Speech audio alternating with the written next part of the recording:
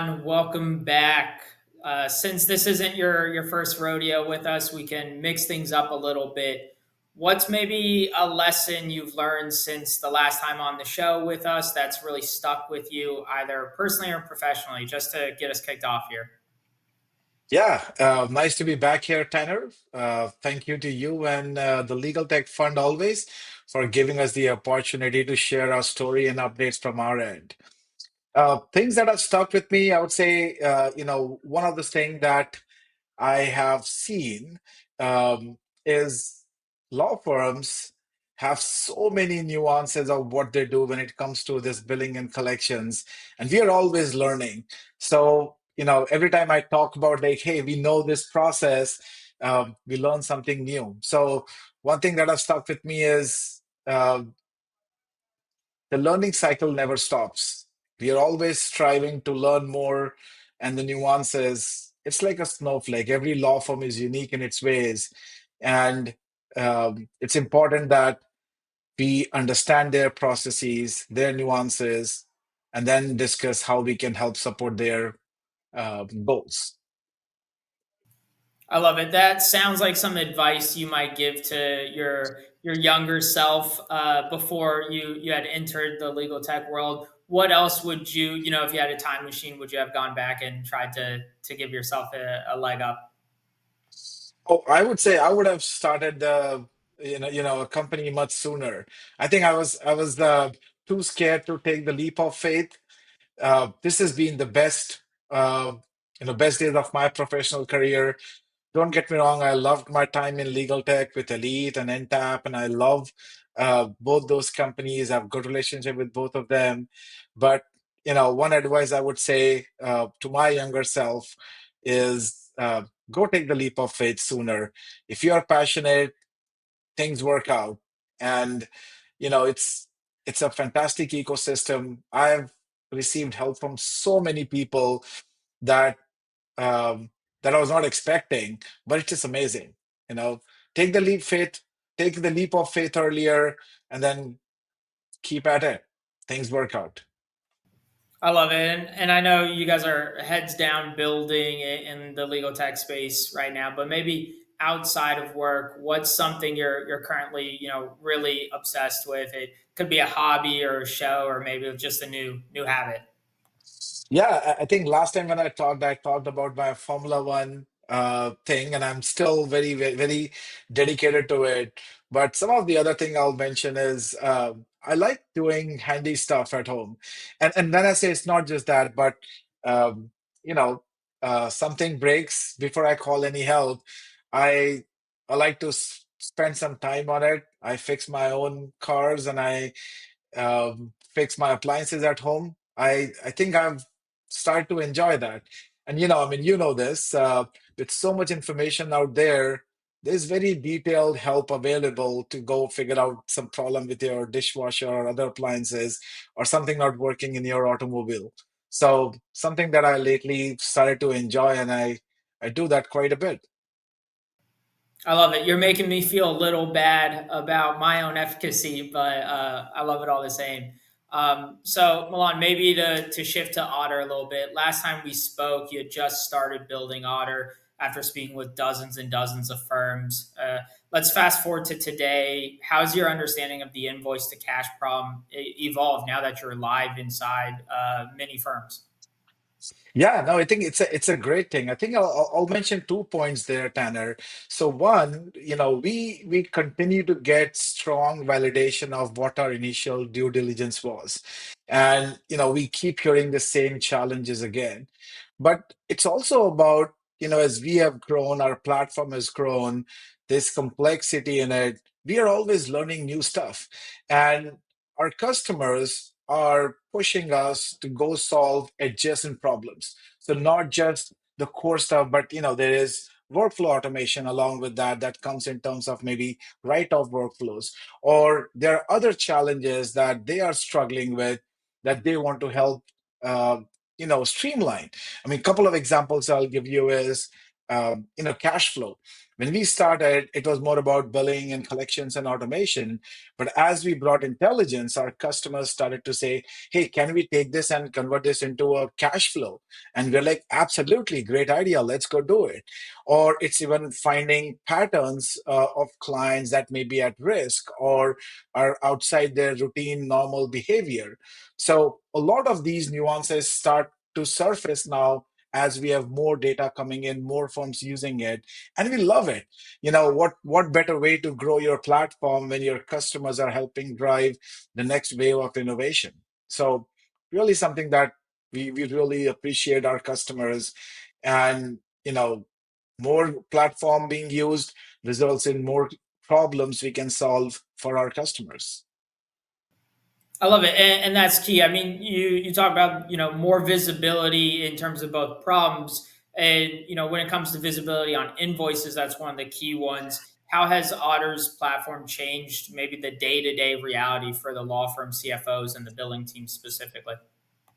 Yeah, I mean, one of the things we do, Tanner, is we really understand, from a biller perspective, what are their processes? From a billing manager perspective, what are their challenges? And from a CFO perspective, what are their challenges? Now, if you think about a firm that is using Order today, there are different things that we do, but one of the things that really stands out is the ease of managing this process through deep automation. So no one needs to type up emails and send it out. Or, if you think from a slightly different lens, it's about the insights that a CFO gets that were not feasible with a fragmented point-to-point solutions. So a lot of this is driving based on different people interacting with our system and then making their life simpler or giving them the right tools and information to make decisions. And generally speaking, all of these actually go down to what's the business impact. And the top business impacts from our perspective that our customers are witnessing is lower invoice outstanding days, invoice getting paid faster. In fact, some of our customers see as accelerated cash flow, with 50% of that DSO cycle, or lowering write-offs. But some of the intangibles that our customers love is their clients being a lot more happier. And I shared this story that I was on an event where I was introducing myself to another founder in a different company, and he said, "Oh, Order! I get my invoices through Order." And I was pretty excited to hear that was the first time I ran into someone who is a law firm's client but gets invoices through Order. And it was pretty exciting to hear their experience. And hopefully we'll do some LinkedIn announcements around that soon. But happy clients means more business for the firms, and that's something we all know. And having the client being really happy makes us really excited about our customers and what value they are drawing from our platform. I love it. In our last conversation, it's come a long way clearly, but you mentioned how the invoice to cash wasn't really even a formal category in legal. Yeah. Do you feel like, the market is catching up? Are firms now budgeting more intentionally for this function specifically? I think it's definitely growing. I think more firms are really realizing that just streamlining a part of that invoice to cash life cycle or the revenue cycle does not really meaningfully make a difference. To make a meaningful difference on your AR and accelerate your collections and cash flow for the firm requires a holistic approach. And definitely, we are seeing the RFPs we look at now versus 3 years ago, or the questions that we get are definitely in line with reflecting this reality, and that the firms are thinking more broadly now. We also published a buyer's guide earlier this year where we really talk about what should a firm look to the tools and different aspects of the tool when their goal is to streamline the revenue. I mean, in other words, very few firms are saying, oh, I want to optimize my collections, because that is just a sliver, right? But if you don't have visibility and the way you are sending, the collections can do only so much. So more and more firms are thinking about it, budgeting about it, and we are definitely seeing that as a as a evolution in law firms.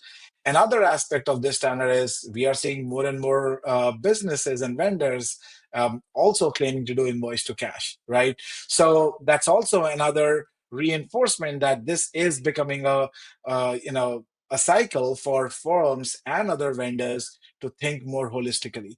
So we are the pioneers, we are the champions who brought this, category to legal. But it's always good to see traction both among other vendors as well as law firms thinking holistically. Speaking about bringing a category somewhere, you guys recently expanded into the UK and Australia, and not just for the Formula One races. What are maybe some early learnings in those markets? Are there challenges that are the same? Are you seeing regional nuances in how those firms approach this problem? Yeah, so I think there's lots of similarity and there is some nuances to how firms in different geographies function. I would say at a very high level, if you think from a 10, 20,000 feet perspective, they are very similar. The challenges are similar, the problems and what they're looking for in terms of streamlining and business outcomes are very similar. They're not that drastically different. Having said that, as you dig deeper to the ground level, there are certain nuances. The processes within it, what's the workflow, what is the level of automation, and this actually translates in our world to building a platform that's highly configurable, right? If you think from a firm in UK versus Australia versus North America, you know, uh, a lot of the processes at a high level will be same, but when you go nuances a little bit, the way they interact with their clients, or the cadence, or the processes, or the escalations, or the write-offs, there are certain nuances. And this is where, from our perspective, what we are building is highly configurable. And I very consciously use the word configurable versus customizable. I'm absolutely against customizations because those becomes problem. Your upgrades are painful.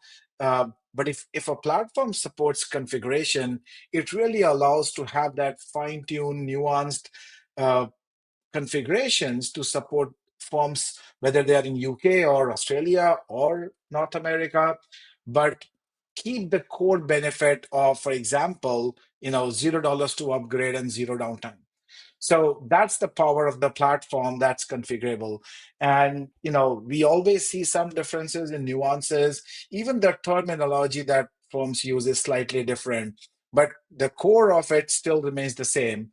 And, you know, our challenge and our solution always is build something that's not just scalable but customizable, in through configurations, not through hardcore changing the platform itself, but through configurations. And that is the key. So, yes, there are certain nuances that are different, but it's part of something that, we as a team have dealt with previously. There are wonderful softwares in legal tech that do very similar capabilities, whether it's in-tap set of products or elite products. At least those are the places where I've worked with. And it's a very similar notion, I would say, from our perspective too. Absolutely. And you mentioned a scalable and configurable platform. You guys are also collecting a lot of valuable data across those firms. What type of predictive insights are you now surfacing for your customers that maybe wasn't possible beforehand? Yeah, I mean, one of the exciting things, Tanner, honestly, from our perspective, is just unleashing the possibilities, right? Because, I always say this with a lot of humility. I've worked with law firms for 2 decades, but I've not worked in a law firm. But when you give them a tool that actually is giving them a holistic view and the data, these great minds within law firms, whether those are billers, collectors, or managers or CFO, they start to think in so many different ways. A lot of our predictive intelligence comes from our customers who are like, oh, can I actually have this that gives me this information? And it's fantastic. But to give you a little bit of where we add value, that today point solutions cannot because of the breadth of data and the process automation we bring along. Like simple things like when would an invoice be paid? What does my cash flow look like? Right? Today, this is a big question. I always say this: law firms are professional services businesses where largely the revenue that's coming in is based on the invoices going out. But today they are flying almost blind. There's very limited visibility into when an invoice would be paid, and it's more of just ad hoc uh, efforts that firms do to find this. But through a platform like Oddr, they have such a clear visibility on what invoices will be paid when, what does that cash flow look like. But then going back to what I was saying, through some of the things that our customers have brought to us, we recently introduced a concept of AI summarization. And this is a painful exercise today. If you want to know what's happening with the client, how's the client health, what are we outstanding, what are the notes being captured, it's a very painful manual effort to figure out a quick snapshot of what's happening with this client. And we just recently released a capability that looks at the entire spectrum of information about the client and generates a very crisp and robust summary on what's happening with this client. How's the client health looking? And this is such a powerful tool. Before this, team would spend hours to kind of get this information, process it, and create something that's shareable with the partners or the billing attorneys. Now in our platform, you click and in a few seconds in real time, it will generate this. That's such a great addition that I don't think was feasible earlier because it was all fragmented. There was no solution that can look at the breadth of everything. But one of the main advantages of platform like ours is it's the entirety of it, and it allows you to have this summary in a few seconds that's looking at all the data in real time. I love it. And you mentioned that you've worked with law firms for over 2 decades, and now Otter's working with firms across different sizes and geographies. What distinguishes the firms that are getting the most out of Otter? Is it process, mindset, leadership, or something else? Yeah, that's a good question. I think every firm is unique, like I said earlier. Also, if I think about this, I would put that in two buckets. So I think there's a standard value prop that we see across all our customers with, you know, lower invoice days, lower write-off, clients being happier with their experience. But then you get into some nuances where, um, it's not one thing in my mind that firm does, hey, let's put order, and then everything starts to be awesome. Obviously, we bring all these benefits, but where we see some customers getting more out of their investment and partnership with us than others is firms that are continuously looking to innovate their own processes, not just the tool that we bring and we keep adding, but they keep challenging, hey, why do we need to have this extra step in this process? It not only slows down, but it delays our invoice dispatch or maybe collection efforts or whatever those steps might be. And we see firms that are more focused on automation. um, we see some firms are more focused on AI based capabilities, trying to get a predictive cash flow.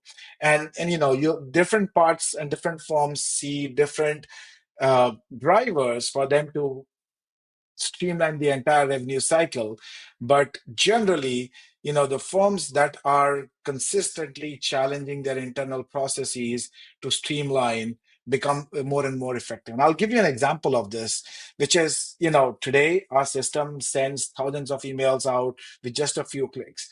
But then there are some of our customers that don't even want that. They want the invoice to go out either every day at 5 p.m. or just as soon as they're finalized, send them out. Right. So it further automates that. Our platform supports it.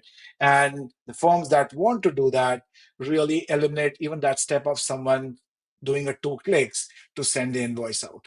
Or the concept of following up with the client, an intelligent follow up. Hey, if the client has not looked at the invoice and the invoice is due in X days, I want to send a quick reminder automatically. Why have a collector be monitoring this, looking at this, and then doing it. So, our platform supports a lot of these advanced deep automation, but it's driven by forms and their processes. And that's where, if a firm is constantly looking to streamline and not kind of just take the tool and run with it, but also keep evolving their processes, they typically get the most out of it. And we know, Tanner, change management is always hard within firm. So it's not an easy thing, but we do see a lot of our customers keep pushing their processes and their internal teams to, continuously evolve and streamline their revenue cycle. That's awesome. All right, Milan, it's always great to spend time together. Maybe any last minute plug for the folks listening here? Any shouts you want to give for where folks can find you or get a hold of the Otter team? Yeah. Yeah. So, I mean, obviously, yeah, we are accessible. You can look at our website, or even our LinkedIn profiles and page. But, one of the big event coming up is ILTA.